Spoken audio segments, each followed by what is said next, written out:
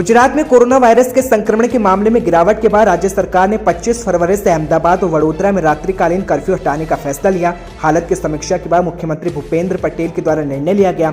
अहमदाबाद गुजरात में corona virus संक्रमण के मामलों में गिरावट के बाद राज्य सरकार ने 25 फरवरी से अहमदाबाद वडोदरा में नाइट कर्फ्यू को हटाने का फैसला लिया। एक आधिकारिक विज्ञप्ति जारी की गई जिसमें बताया गया कि अहमदाबाद वडोदरा ये दो ऐसे शहर हैं जहां मध्य रात्रि 12 बजे से सुबह 5 बजे तक कर्फ्यू लागू है और विज्ञप्ति के मुताबिक शुक्रवार से दोनों शहरों में रात में भी आवाजाही पर कोई प्रतिबंध नहीं रहेगा, जिसको लेकर जानकारी दी गई। देश के कई राज्यों की तरह गुजरात के पाटन शहर के 30 से ज्यादा स्टूडेंट्स भी यूक्रेन में फंसे हैं। यूक्रेन पर रूस का हमला लगातार जारी है। ऐसे में अब उनके अभिभावक चिंता में है और सरकार से उनकी वतन वापसी की गुहार लगा रहे हैं।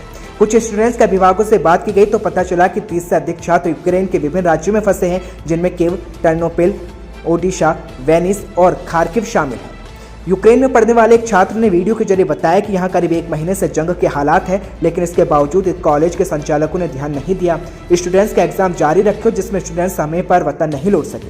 अब देश में सब कुछ बंद है और फिलहाल हम घर लौटना चाहते हैं। यहाँ की दुकानें, मॉल्स खाली होते जा रहे हैं। एटीएम मशीनों के बाहर लंबी कतारें हैं और ज़्यादातर एटीएम में पैसे ही नहीं बचे।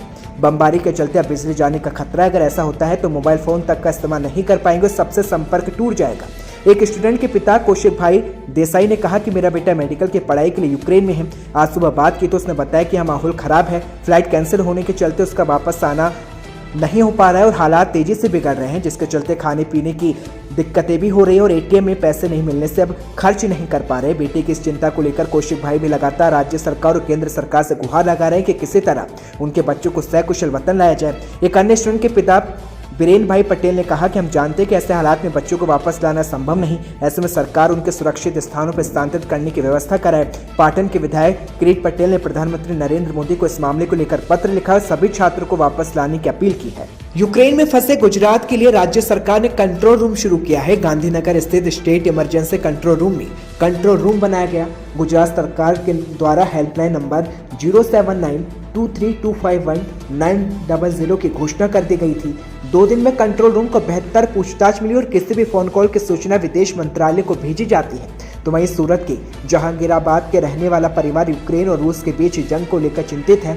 प्रमोद पटेल की बेटी ध्वनि पटेल यूक्रेन में MBBS सेकेंड ईयर में पढ़ रही है और ध्वनि के साथ उसके 3 अन्य छात्र यूक्रेन में फंसे हैं। ध्वनि पटेल, तुलसी पटेल और जाह्नवी पटेल नाम की तीनों छात्र यूक्रेन में फंसे हो, जिनके लिए परिवार अब परेशान है। इसके अलावा वडोदरा के 44 छात्र यूक्रेन में इस वक्त फंसे हैं। वडोदरा के क्यूर पटेल यूक्रेन की राजधानी कीव में फंसे हुए हैं। वे मैकेनिकल इंजीनियरिंग की पढ़ाई यूक्रेन में कर रहे थे। क्यूर पटेल के माता पिता ने बेटे से वीडियो कॉल पर बात की। माता पिता ने अपने बेटे को लाने के लिए अब सांसद रंजनबेन भट्ट से भी संपर्क किया है। गुजरात में 762 करोड़ रुपए के फर्जी बिल बनाकर 137 करोड़ रुपए की GST चोरी का मामला सामने आया है। इस मामले में गुजरात ATS ने भावनगर से माधव कॉपर लिमिटेड के चेयरमैन नीलेश पटेल को गिरफ्तार किया और जांच एजेंसी लंबे वक्त से नीलेश पटेल को ट्रैक कर रही थी। GST विभाग ने टैक्स चोरी के मामले से पहले ही अफजल सिजानी और मोहम्मद अब्बास रफीक अली को गिरफ्तार किया था, जबकि नीलेश की तलाश की जा रही थी। नीलेश के खिलाफ कार्रवाई दर्ज थी, लेकिन नीलेश फरार चल रहा था। नीलेश ने सुप्रीम कोर्ट से गिरफ्तारी पर रोक लगाने की मांग की थी, लेकिन कोर्ट से अग्रिम जमानत नहीं मिली। आरोप है कि 19 फरवरी को नीलेश ने गिरफ्तारी से बचने के लिए GST अधिकारियों के ऊपर कार चलाने की कोशिश की और अधिकारियों की कार को टक्कर देकर भाग गया और उसके बाद से GST विभाग नीलेश की तलाश में था। गुजरात ATS ने बुधवार को नीलेश को गिरफ्तार किया। नीलेश के अहमदाबाद में छिपे होने की जानकारी थी। इसके बाद ATS की टीम वहां पहुंची, नीलेश को गिरफ्तार किया गया। ATS ने मामले की जांच अब शुरू कर दी है।